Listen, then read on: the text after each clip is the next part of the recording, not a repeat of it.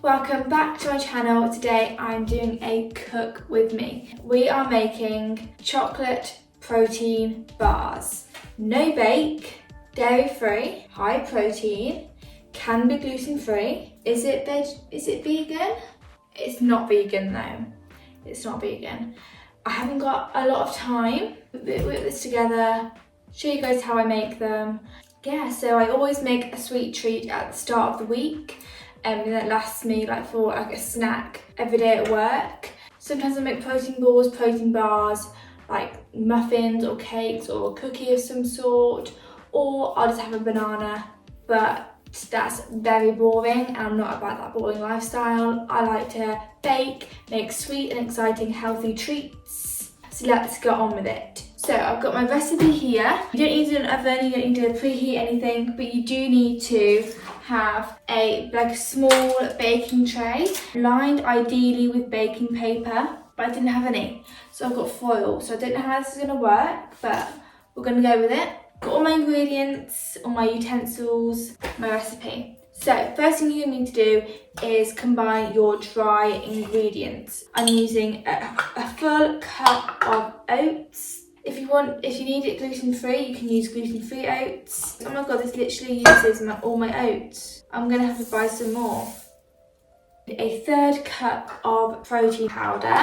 This is my favourite one, it's a chocolate protein powder. I'll leave the link to it down below. It's got really good nutritional values, really high in vitamins. It really supports your immune system and everything as well. It's high in protein and great macros. Link in the description box below. So a third cup of protein. I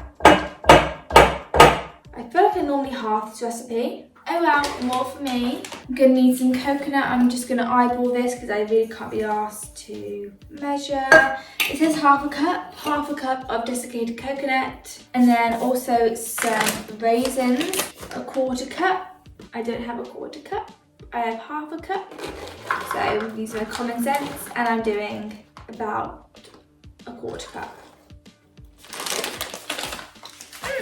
Pinch of salt, about a quarter teaspoon of salt, and then combine all of that together, and that's our dry mixture all done. Just make sure it's really evenly combined, no clumps of protein powder or anything. Just make sure all the sultanas or raisins, whatever you used, are covered. Set that aside. And now we're adding our wet ingredients. So with protein bars or protein balls, you always want to add a source of fat. It's how just to combine it all together and also to have it set better because we're not baking it. For your source of sweetener, I'm using honey, but you can use agave nectar, maple syrup. I'm currently obsessed with peanut butter. I have 6 jars of flavoured ones from a giveaway that I won, and then I thought I'm not going to waste my money. I'm just going to buy a massive tub of my protein peanut butter and it's lasting me ages. Anyway, yeah, let's stop talking. We haven't got time. So I need a quarter cup of honey or whatever sweetener of your choice. I'm just gonna let that sit there for a second. And then you also want 2 to 3 tablespoons of peanut butter. Mix with a fork. Mix it, mix. Slather it on there. Really mix this together. I'm going to put the remnants of this honey in. Okay, yeah, so you're going to need the extra peanut butter. So I'm just going to try adding this a little bit more. And then maybe a little bit more honey too. You don't want it to be cookie dough ball.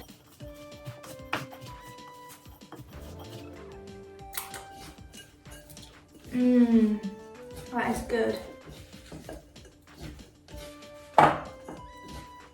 I have officially run out of time, so I'm gonna have to pause this video and then come back later to finish and get it all put in the fridge. This is what your mixture should look like.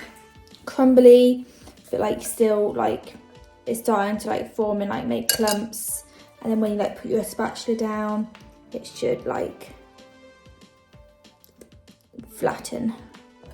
Now that the mixture is all done, I did add a little bit of like more honey just to combine it a bit more, but it's the perfect consistency now. So you want to get your tray, again, use baking paper, not foil, and just pop this in. You don't need to, depending on how big the baking tray is, you don't need to spread it out loads because you do want some thickness to your protein bars. So I just kind of like push mine all up to one edge and then just press it all down firmly.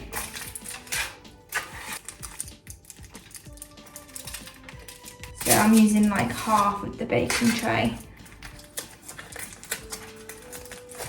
And then to make sure it's really compact, you can get another piece of foil, place it on top, and then use your hands to squid it, or you can stand on it.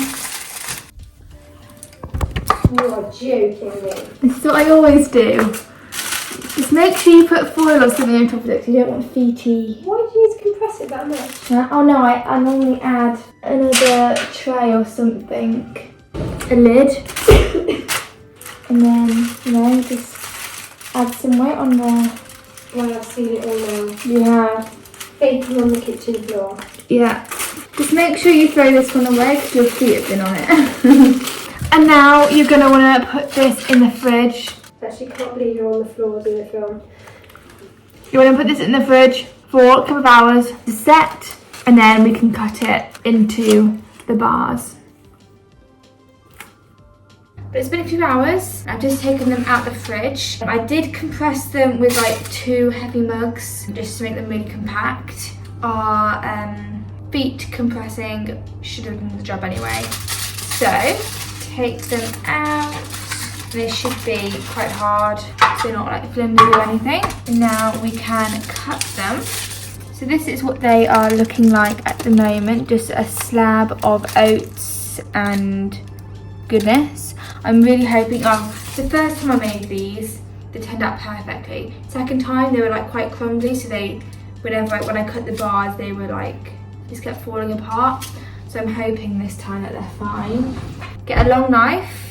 I like to create a solid square, so I cut off the remnants at the bottom and you can just eat them.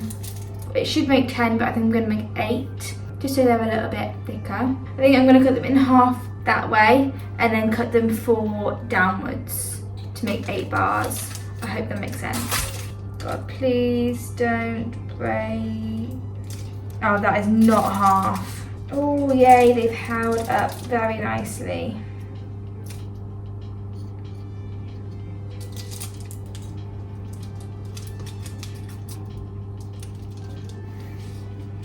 Perfect. How yum do these look? We have a homemade whole foods, dairy-free, option to be gluten-free, high protein, yummy chocolate bar. Protein bar. Yum. So I'm now just gonna get all these off the foil and then pop them in a tub, and they should keep pretty well because there's no like raw ingredients, I don't think. That's all of them displayed out.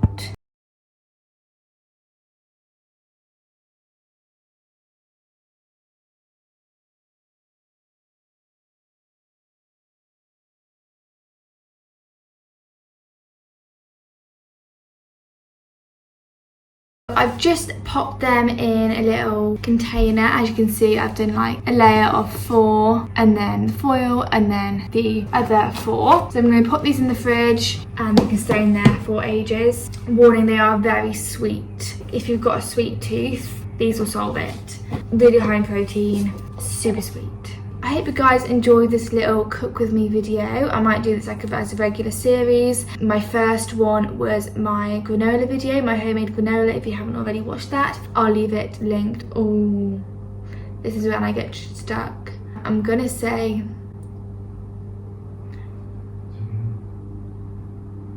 I always point there, but I know that's wrong. So I'm gonna say it's up here.